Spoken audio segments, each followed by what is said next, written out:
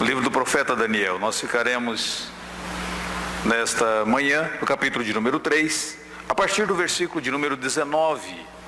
Domingo passado nós refletimos sobre a lição da palavra de Deus para nós, em Daniel 3, de 1 a 18. Hoje nós veremos do verso de número 19 até o verso de número 30. Acompanhem comigo a leitura da Escritura. Diz assim: Então Nabucodonosor se encheu de fúria e, transtornado o aspecto do seu rosto contra Sadraque, Mesaque e Abednego, ordenou que se acendesse a fornalha 7 vezes mais do que se costumava. Ordenou aos homens mais poderosos que estavam no seu exército que ateassem a Sadraque, Mesaque e Abednego e os lançassem na fornalha de fogo ardente. Então estes homens foram atados com seus mantos, suas túnicas e chapéus e suas outras roupas, e foram lançados na fornalha sobremaneira acesa, porque a palavra do rei era urgente, e a fornalha estava sobremaneira acesa. As chamas do fogo mataram os homens que lançaram de cima para dentro a Sadraque, Mesaque e Abednego. Esses 3 homens, Sadraque, Mesaque e Abednego, caíram atados dentro da fornalha sobremaneira acesa. Então o rei Nabucodonosor se espantou e se levantou depressa e disse aos seus conselheiros: Não lançamos nós 3 homens atados dentro do fogo? Responderam ao rei: É verdade, ó rei. Tornou ele e disse: Eu, porém, vejo 4 homens soltos que andam passeando dentro do fogo, sem nenhum dano, e o aspecto do quarto é semelhante a um filho dos deuses. Então se chegou Nabucodonosor à porta da fornalha sobremaneira acesa, falou e disse: Sadraque, Mesaque e Abednego, servos do Deus Altíssimo, saí e vinde. Então Sadraque, Mesaque e Abednego saíram do meio do fogo. Ajuntaram-se os sátrapas, os prefeitos, os governadores, os conselheiros do rei, e viram que o fogo não teve poder sobre o corpo destes homens, nem foram chamuscados os cabelos da sua cabeça, nem os seus mantos se mudaram, nem cheiro de fogo passara sobre eles. Falou Nabucodonosor e disse: Bendito seja o Deus de Sadraque, Mesaque e Abednego, que enviou o seu anjo e livrou os seus servos que confiaram nele, pois não quiseram cumprir a palavra do rei, preferindo entregar o seu corpo a servirem e adorarem a qualquer outro Deus, senão o seu Deus. Portanto, faça um decreto pelo qual todo o povo, nação, língua, que disser blasfêmia contra o Deus de Sadraque, Mesaque e Abednego, seja despedaçado, e as suas casas sejam feitas em monturo, porque não há outro Deus que possa livrar como esse. Então o rei fez prosperar a Sadraque, Mesaque e Abednego na província da Babilônia. A história que nós acabamos de ler, ela é muito conhecida. E essa história se tornou inclusive proverbial. Normalmente, quando nós estamos passando por alguma dificuldade, por algum problema, nós falamos: estamos passando pela fornalha acesa. Tornou-se então uma maneira proverbial de se referir a problemas que nós enfrentamos na vida. E é interessante porque os cristãos, os crentes em Deus, de alguma maneira eles estão acostumados nesse mundo a enfrentarem essas fornalhas e passarem por essas fornalhas de problemas e dificuldades. O apóstolo Pedro escreve na sua primeira carta da seguinte forma: Não estranheis o fogo ardente que surge, destinado a provar-vos, como se alguma coisa estranha acontecesse com vocês. De alguma forma, o mundo que nós vivemos é um mundo de aflições. Nós não estamos no nosso destino final, e nesse mundo de aflições nós enfrentamos problemas, enfrentamos dificuldades, enfrentamos perseguições. Nós temos a sensação, tantas vezes, que nós estamos no meio de uma verdadeira fornalha. Agora, esse texto que nós acabamos de ler, ele nos convida a considerar que estar nessa fornalha, no meio dessa fornalha, não é somente algo mau. Não é algo totalmente mal e algo totalmente negativo, mas existem algumas coisas positivas aqui, existem algumas lições positivas para mim e para você. Se você observa, é interessante analisar um pouquinho da história desses 3 homens que nós lemos sobre eles: Sadraque, Mesaque e Abednego. Eles foram os melhores amigos do profeta Daniel. Nesse texto não aparece o profeta Daniel. Provavelmente ele estivesse cuidando de alguma viagem política, porque ele atuava praticamente como um dos vice-governadores da Babilônia. Ele estava tão próximo ao rei Nabucodonosor que não seria de duvidar se ele fosse enviado em alguma missão diplomática, e naquele exato momento ele não se encontrava ali. O texto não diz onde ele estava, simplesmente a atenção focaliza agora sobre esses 3 homens. Esses 3 homens, Sadraque, Mesaque e Abednego, eles possuíam cargos políticos no reino de Nabucodonosor. No finalzinho do capítulo 2, diz que eles foram colocados sobre a província da Babilônia. Então eles tinham alguns cargos políticos. E você bem sabe que quando você ocupa uma posição política, não demora muito para que outros políticos comecem a ter inveja de você. E isso aconteceu.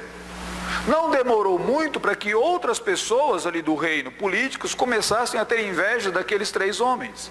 Então, quando Nabucodonosor construiu uma imagem e mandou que as pessoas adorassem aquela imagem, o versículo de número 8 diz que apareceram alguns homens caldeus. E eles começaram a acusar os judeus, começaram a acusar esses 3 homens, dizendo para Nabucodonosor: olha, Nabucodonosor, eles não adoram a tua estátua, eles não obedecem o teu Deus. O Senhor os colocou sobre cargos políticos na Babilônia, mas eles não obedecem a tua palavra. E por causa disso, Nabucodonosor mandou chamar aqueles 3 homens e perguntou para eles: é verdade que vocês não adoram os meus deuses? É verdade que vocês não cumprem e não obedecem as minhas palavras? Vocês estariam dispostos nesse exato momento a se arrependerem e se prostrarem diante da imagem que eu levantei, que eu construí, que eu edifiquei? Eles disseram: não estamos dispostos.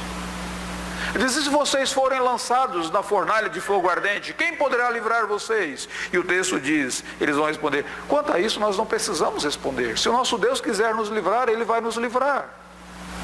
Aquele momento para aqueles 3 homens foi um momento de exercício de fé.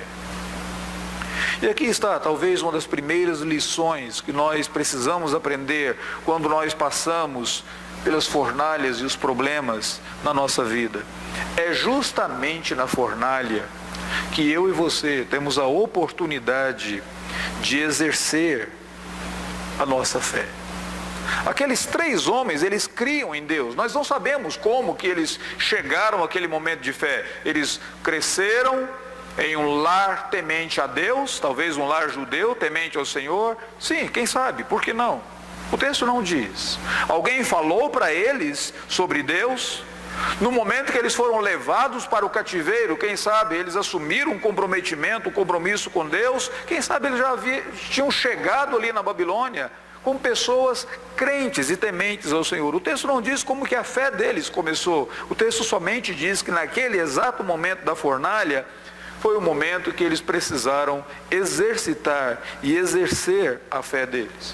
Nabucodonosor diz: se vocês não adorarem a imagem, se vocês não se prostrarem diante dela, eu vou lançar vocês na fornalha ardente, de fogo ardente. Eles disseram: nós não iremos adorar a tua imagem.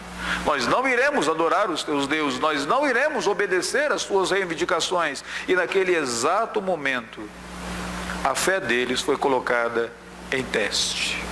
O que é fé? Eu gosto muito da definição de Lutero, quando ele definia fé como algo que consiste de 3 elementos: conhecimento, convicção e compromisso. Conhecimento, convicção e compromisso. Por que é importante? Porque é impossível que eu creia naquele que eu não conheço. Eu tenho que ter conhecimento sobre Deus, conhecimento sobre as suas maravilhas, conhecimento sobre quem Ele é. Mas eu preciso não apenas ter conhecimento sobre Deus, eu preciso ter convicção, me apropriar desse conhecimento. Esse é aquele momento em que o Deus dos meus pais se torna o meu Deus. O Senhor dos meus ancestrais, da minha avó, da minha mãe, Ele se torna o Senhor da minha vida. É muito comum você encontrar pessoas que elas têm um conhecimento da palavra de Deus, elas têm um conhecimento da teologia, têm um conhecimento da religião, mas elas não se apropriaram disso ainda, elas não têm convicção disso ainda. Não é o Deus da vida delas. E depois que existe essa convicção, isso é demonstrado no compromisso, no comprometimento. E foi aquele momento em que a fé daqueles 3 homens pôde ser expressa no compromisso que eles tinham com Deus. Olha que coisa interessante, como que era a fé deles? Certamente era uma fé que ela era instruída, orientada pela palavra de Deus, porque foi justamente a palavra de Deus, nos mandamentos, naquelas tábuas do mandamento, é que nós encontramos o mandamento: não terás outros deuses diante de mim.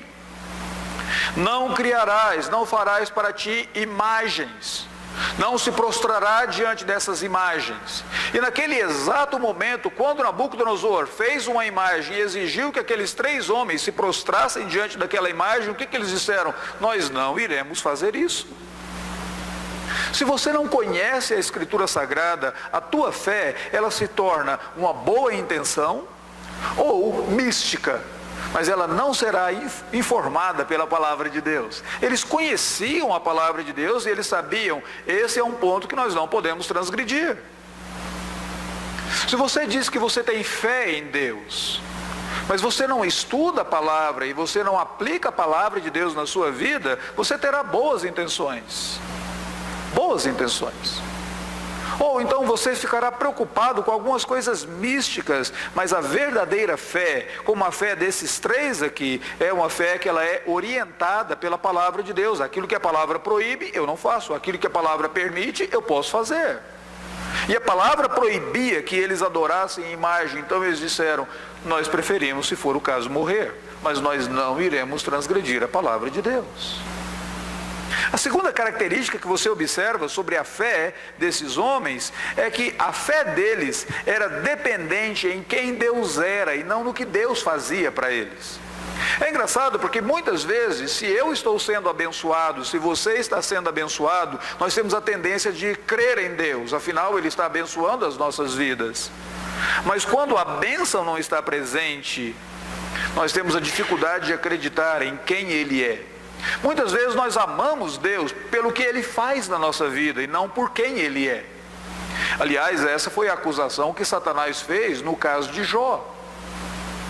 O próprio Deus perguntou para Satanás: observaste o meu servo Jó? Não existe um homem como ele. E Satanás diz: o senhor acha que Jó teme ao Senhor sem razão alguma? Sem querer levar nenhuma vantagem? Naquele momento, Satanás estava dizendo: Jó só te ama, Jó só te obedece, ele só teme a ti pelo que tu tens feito na vida dele, não por quem tu és. E quando eu e você olhamos para a fé desses 3 homens, nós observamos que a fé deles era uma fé alicerçada em quem Deus era, e não no que Deus estava fazendo. Tanto que quando Nabucodonosor perguntou para eles: e se eu lançar vocês na fornalha de fogo ardente, quem poderá livrar-los de lá?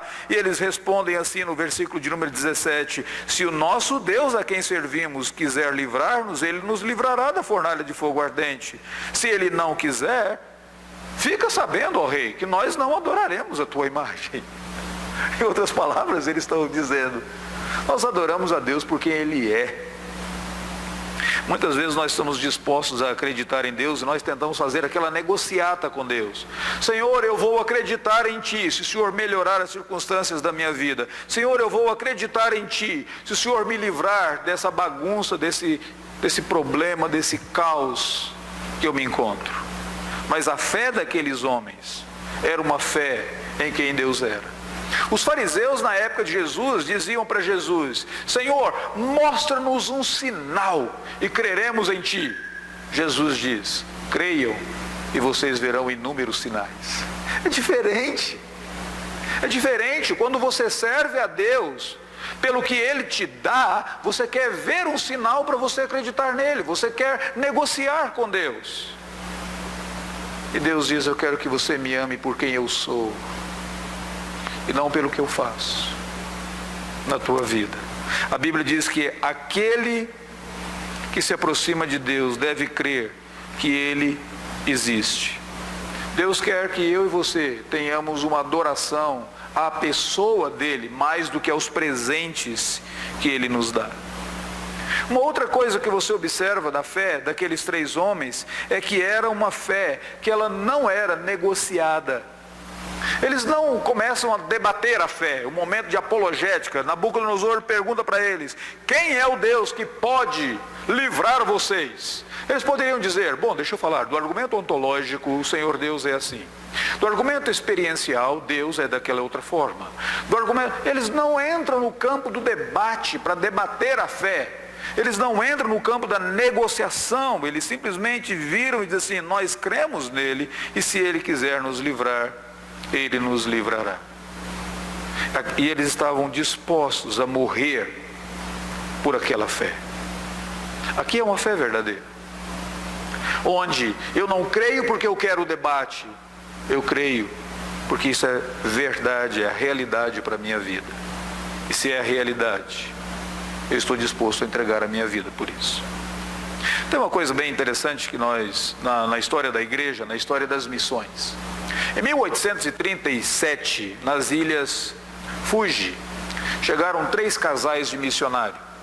O trabalho missionário nas ilhas Fuji havia começado há apenas 3 anos. Então, os indígenas das ilhas, eles eram canibais. E 3 jovens missionários chegaram para trabalhar naquelas ilhas, pregando o evangelho para aqueles indígenas canibais. O capitão do navio se aproximou de um daqueles jovens, James Calvert, e chegou para ele e disse: jovem, desista, não fique nessa ilha, eu levo vocês de volta, mas se vocês ficarem nessa ilha, esses indígenas são canibais, vocês morrerão, suas esposas morrerão. E aquele jovem olha bem nos olhos dele e diz: o senhor não está entendendo, nós já morremos para nós mesmos antes de vir para cá. Isso foi em 1837. Em 1845, um verdadeiro avivamento aconteceu nas Ilhas Fiji.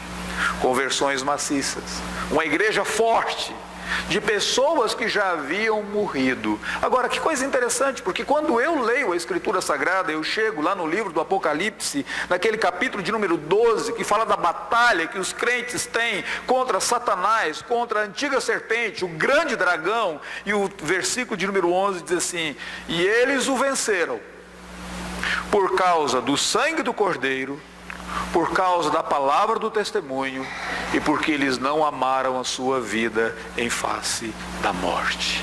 3 coisas para eu e você vencermos a tentação: o sangue do Cordeiro, que já foi derramado lá na cruz do Calvário, a palavra do testemunho, ou seja, vivermos pregando o evangelho, e o fato de não amarmos a nossa vida em face da morte. É na fornalha que você pode exercitar a sua fé. Mas é na fornalha também que você experimenta libertação para as amarras, para aquilo que te amarra na sua vida. Observe uma coisa interessante: Nabucodonosor, ele estava tão irado, e ele queria tanto que aqueles jovens morressem, que eles morressem rápido, que você observa a ênfase do texto bíblico. Versículo de número 19, ele mandou que acendesse o fogo na fornalha 7 vezes. Versículo 20, fornalha de fogo ardente. Versículo de número 21, fornalha sobremaneira acesa. Versículo 22, fornalha sobremaneira acesa. Versículo 23, fornalha sobremaneira acesa. Versículo 26, e você entendeu a mensagem. Fornalha de fogo ardente ou fornalha sobremaneira acesa é uma maneira exagerada de dizer: É como se você usasse a expressão Santo dos Santos, Rei dos Reis. Essa é a fornalha de fogo ardente. Essa é a fornalha mais quente que alguém poderia encontrar. E o texto diz que Nabucodonosor estava com tanta ira e tão desejoso que ele mandou aumentar o fogo. Mas se não bastasse apenas mandar aumentar o fogo, ele mandou que eles ficassem com as suas roupas, com os seus chapéus, e que eles trouxessem outras roupas. Você vai dizer, mas por que tanta roupa assim? Será que o fogo estava tão frio que ele tivesse com medo? Não, é porque tudo aquilo, na perspectiva do rei, seria utilizado como combustível para queimar esses indivíduos rapidamente. Ele queria que as roupas deles, chapéus e tudo mais, fosse usado como combustível, e mandou amarrá-los e lançou-os na fornalha. O fogo estava tão quente que os homens que chegaram para lançar esses 3 amigos de Daniel na fornalha, eles morreram queimados com o fogo. Mas os 3 amigos de Daniel não morreram. Pelo contrário, se você observar no versículo de número 25, diz que Nabucodonosor olhou para dentro da fornalha e ele ficou surpreso. Ele viu que aqueles homens estavam soltos, passeando dentro do fogo. Que lugar interessante para você fazer um passeio, não é? Mas passeando dentro do fogo, passeando dentro da fornalha, soltos.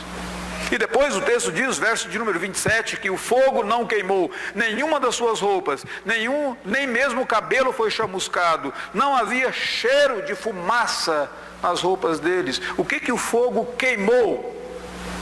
Somente as amarras, somente as cordas que os prendiam, somente as cordas que prendiam os pés deles. Deixa eu chamar a sua atenção para o fato de que muitas vezes Deus permite que eu e você passemos por inúmeras angústias na nossa vida, para que algumas amarras sejam queimadas da nossa vida. A amarra da autossuficiência, de você achar que você pode tudo. A amarra do orgulho, a amarra da justiça própria, de você imaginar e pensar que você é bom e pela sua bondade você será aceito.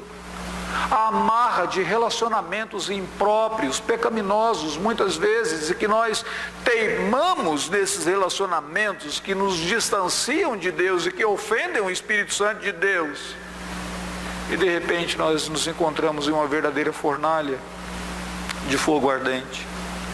A amarra da idolatria, como nós vimos esta manhã.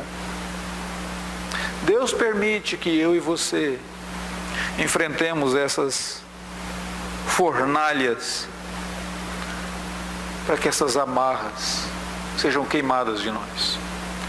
Na história da igreja nós lemos recentemente sobre uma jovem holandesa que foi levada para o campo de concentração, Corrie ten Boom. Ela relata a história dela no livro O Refúgio Secreto. E ela disse que quando ela foi levada para o campo de concentração, foi porque uma pessoa que o pai dela havia ajudado, ele traiu a família toda. Naquele período em que não se podia ajudar judeus na Europa, o pai dela ajudava os judeus, ele ocultava, ele escondia alguns judeus para que eles fossem libertos e não fossem pegos pelos nazistas. E um amigo da família, alguém que o pai confiava, traiu o pai dela, e por causa disso o pai dela morreu.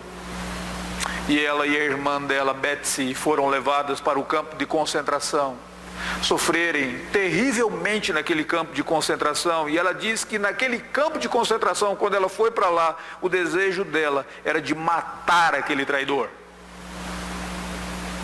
Mais tarde ela relata que no campo de concentração ela teve um encontro, uma comunhão com Cristo de tal forma que o campo de concentração foi para ela importante para queimar as amarras da vingança, do ódio que ela teve daquele traidor. Ela diz que depois que foi solta, ela pregava em uma igreja em uma determinada ocasião, e depois que ela falava nessa igreja, contando o testemunho dela, lá fora ao sair, um homem segurou a mão dela, abaixou a cabeça e começou a chorar. Disse: eu só espero que você um dia consiga me perdoar. E ela diz que conseguiu olhar para aquele homem, porque a amarra do ódio já havia sido queimada na vida dela e ela estava liberta daquele ódio. Deus usa essas fornalhas, como Ele usou na vida daqueles 3 amigos de Daniel. Mas a última lição que eu e você encontramos aqui, que é a mais gloriosa, maravilhosa lição que nós encontramos, está no versículo de número 24 e 25. Diz que Nabucodonosor olha espantado para dentro da fornalha e ele diz assim: não jogamos nós 3 homens dentro da fornalha de fogo? E as pessoas dizem: sim, rei, 3 homens. Ele diz: mas eu vejo 4. E o versículo de número 25: e o 4º é semelhante a um filho dos deuses. Que coisa fantástica. Depois ele vai dizer, naquele momento, que o Senhor Deus enviou o seu anjo, versículo 28, para livrar Sadraque, Mesaque daquela fornalha de fogo. Nós bem sabemos que no Antigo Testamento, antes da encarnação do Senhor Jesus Cristo, quando Deus aparecia em uma forma corpórea, física, para as pessoas, nós chamamos isso de uma teofania ou uma cristofania, uma forma, uma aparição de Deus, ou uma aparição do próprio Cristo, da segunda pessoa da Trindade. E aqui nós temos uma dessas. Deus aparecendo e estando, desfrutando de comunhão com aqueles 3 amigos de Daniel na fornalha. E aqui está a 4ª lição. A fornalha, ela tem um propósito de Deus para que eu e você desfrutemos da íntima comunhão com Jesus Cristo, como nós talvez não consigamos desfrutar em nenhum outro momento da nossa vida. Por quê? Jesus é aquele que a vida dele foi vivida na fornalha. A Bíblia diz que Jesus Cristo sabe o que é padecer. Desde o início, ele foi humilhado, ele foi zombado, ele foi ultrajado, ele foi rejeitado. Nem mesmo seus irmãos acreditavam nele. As pessoas zombavam dele. E tantas vezes eu e você podemos lembrar que na fornalha do nosso sofrimento, na angústia do nosso sofrimento, nós podemos ter comunhão com o Senhor Jesus Cristo, porque Jesus Cristo sabe o que é padecer. O apóstolo Paulo dizia na vida dele que ele orava dizendo: Senhor, eu quero te conhecer e compartilhar dos sofrimentos de Cristo na minha vida. Quando você está sofrendo, quando você está padecendo, você está se identificando com o Cristo sofredor, com o servo sofredor, e ele sabe o que é padecer.